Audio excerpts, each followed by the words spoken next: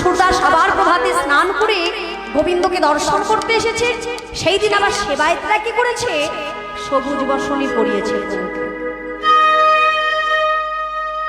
সুরদাস প্রণাম করে বলছে, বাহ বাহ প্রভু, আজকে সবুজ বসনে তোমায় কত সুন্দর লাগছে, দর্শন করে আমার জনম ধন্য হয়ে গেল। আহা, খুব ভালো খুব ভালো বলতে বলতে চলে যাচ্ছে। এইবার ওই যে সেবায়েতরা আলোচনা করছিলেন, প্রথম দিন বলেছে আন্দাজে বলে দিয়েছে, কিন্তু দ্বিতীয় দিন যখন সঠিক কথা বলেছে, একজন ভক্ত বলছে,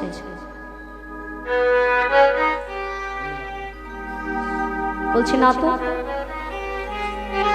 আন্দাজে না হয় একদিন বলবে, দুদিন তো বলতে পারে না। সেবায়েতরা সিদ্ধান্ত নিল যে সুরদাসকে তারা পরীক্ষা করবে। যে জন্মন্ধ সে কি করে বুঝতে পারে যে প্রভুকে আমরা কোন বসনে শৃঙ্গার করেছি, কোন বসনে সাজিয়েছি। তৃতীয় দিন যখন সুরদাস গেছে, সেই দিন সেবায়েতরা কি করেছে, নিজেদের মধ্যে যুক্তি করে গাছের পাতা ছিঁড়ে নিয়ে এসে সেই পাতা দিয়ে প্রভুকে সাজিয়েছে। এইবার বাবা সুরদাস এসেছে, প্রণাম করেছে, প্রণাম করে হাসছে আর বলছে, প্রভু আজ তোমার কপালে একখানা বসনও জোটে নাই, গাছের পাতা পরে দাঁড়িয়ে আছো।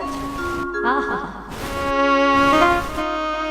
কথাটা শোনা মাত্রই মন্দিরে যে সেবায়েতরা ছিল ছুটে গিয়ে আশ্রয় পড়লেন সুরদাসের চরণে,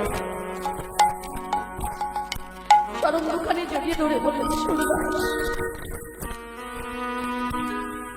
কে বলেছে নয়ন থাকলে প্রভুকে দেখা যায়?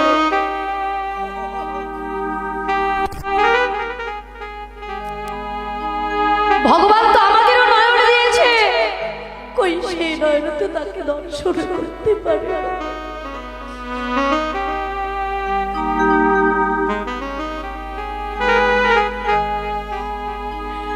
তুমি জন্ম থেকে অন্ধ, অথচ তোমার মধ্যে এত ভক্তি, এত প্রেম। সুরদাস তুমি সেই ভক্ত যে বৃন্দাবনে নয়ন বিনা ভগবানকে দর্শন করতে পারে। তুমি আমাদের আশীর্বাদ।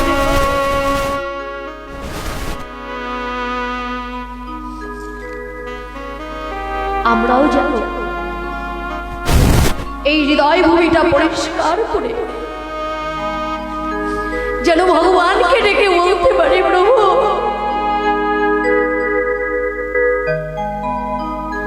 আমার হৃদয় কমলে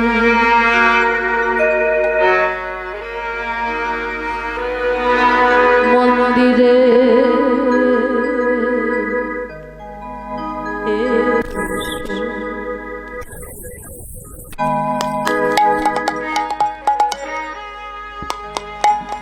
এসো প্রাণে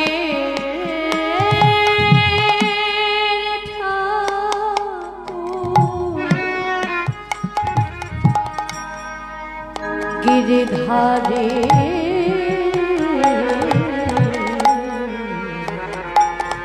আমার হৃদয় কমল